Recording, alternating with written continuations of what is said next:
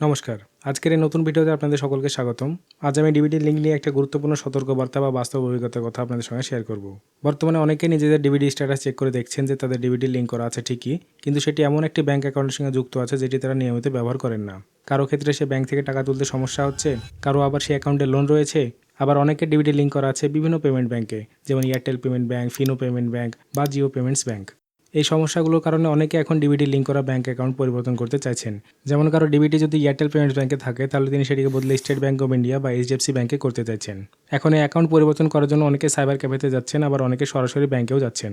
যারা ব্যাংকে গিয়ে কাজ করাচ্ছেন সাধারণত তাদের খুব একটা সমস্যা হচ্ছে না, কিন্তু যারা সাইবার ক্যাফে থেকে ডিবিটি অ্যাকাউন্ট চেঞ্জ করাচ্ছেন তাদের ক্ষেত্রে একটা বড় সমস্যা দেখা দিতে পারে। সমস্যাটা কি? দেখুন, ডিবিটি অ্যাকাউন্ট পরিবর্তন করার সময় সাধারণত দুটি অপশন থাকে, একটি হলো সিডিং এবং অন্যটি হলো ডিসিডিং। এখন অনেক জায়গায় কি করা হচ্ছে, আগে থেকে যে অ্যাকাউন্টে ডিবিটিতে লিঙ্ক করা আছে সেটিকে প্রথমে ডিসিডিং করে দেওয়া হচ্ছে, অর্থাৎ পুরোনো অ্যাকাউন্টের লিঙ্ক পুরোপুরি সরিয়ে ফেলা হচ্ছে, তারপর নতুন অ্যাকাউন্ট সিডিং করা হচ্ছে। এখানে কিন্তু সমস্যা তৈরি হতে পারে। ডিসিডিং করছে মানে আগে ধরুন আপনার স্টেট ব্যাংকের বই আছে, সেটিকে আপনার ডিবিটি লিঙ্ক থেকে সরিয়ে দেওয়া হচ্ছে, তারপর সিডিং করানো হচ্ছে। তো এখন ধরুন কোনো কারণে আপনার পুরোনো ডিবিটি অ্যাকাউন্টে ডিলিঙ্ক হয়ে গেল, অর্থাৎ আপনার আধার কার্ডের সঙ্গে আগে যে অ্যাকাউন্টের লিঙ্ক ছিল, ধরুন সেটা স্টেট ব্যাংকে ছিল, সেটি সরিয়ে দেওয়া হলো। কিন্তু সমস্যা হলো, পরে যদি নতুন ব্যাংক অ্যাকাউন্টে সিডিং আর না হয় তাহলে কী হবে জানেন? তাহলে কিন্তু আপনি কোনো টাকাই পাবেন না। বর্তমানে সার্ভারের অবস্থা খুবই খারাপ। আমি নিজের অভিজ্ঞতা থেকে বলছি, আমার একটি সিএসসি সেন্টার আছে, সেখানে প্রতিদিন ভোরবেলা থেকে ডিবিটি লিঙ্কের কাজ করছি। অনেক মানুষ আসছেন, তাদের কাজ করার চেষ্টা করছি, কিন্তু আজকে যা পরিস্থিতি দেখলাম তাতে একজনেরও নতুন করে ডিবিটি লিঙ্ক সম্পূর্ণ করা যায়নি। অনেক চেষ্টা করার পরে শুধু স্ট্যাটাস চেক করা যাচ্ছে, কিন্তু ঠিকভাবে সিডিং হচ্ছে না। তাই আমি আপনাদের সবাইকে একটা গুরুত্বপূর্ণ পরামর্শ দিতে চাই। আপনারা যারা দেখছেন যে ডিবিটি অন্য কোনো ব্যাংকে লিঙ্ক করা আছে, তারা প্রথমে এটা নিশ্চিত করুন যে সেই ব্যাংক অ্যাকাউন্ট থেকে টাকা তোলা যাচ্ছে কিনা। প্রয়োজনে আপনারা সাইবার ক্যাফে বা সিএসসি সেন্টারে গিয়ে চেক করে দেখে নিন, আধার কার্ড এবং আঙুলের ছাপ দিয়ে দেখে নিন আপনার অ্যাকাউন্টে অ্যাক্টিভ আছে কিনা এবং সেখান থেকে টাকা তোলা সম্ভব হচ্ছে কিনা।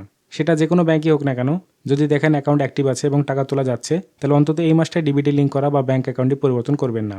কারণ খুব শীঘ্রই 1 তারিখ থেকে টাকা পাঠানো শুরু হয়ে যাবে। আর যদি এই সময় কোনো কারণে আপনার আধার কার্ডের পুরনো ব্যাংক অ্যাকাউন্ট ডিসিডিং হয়ে যায় এবং পরে নতুন অ্যাকাউন্ট সিডিং না হয়, তাহলে কিন্তু আপনি কোনো ব্যাংকেই টাকা পাবেন না। আর একটা খুব গুরুত্বপূর্ণ বিষয় আপনাদের জানিয়ে রাখি, যদি একবার ট্রানজ্যাকশন ফেল হয়ে যায়, তাহলে সেই টাকা ব্যাংক অ্যাকাউন্টে ফিরিয়ে আনা খুবই ঝামেলার ব্যাপার।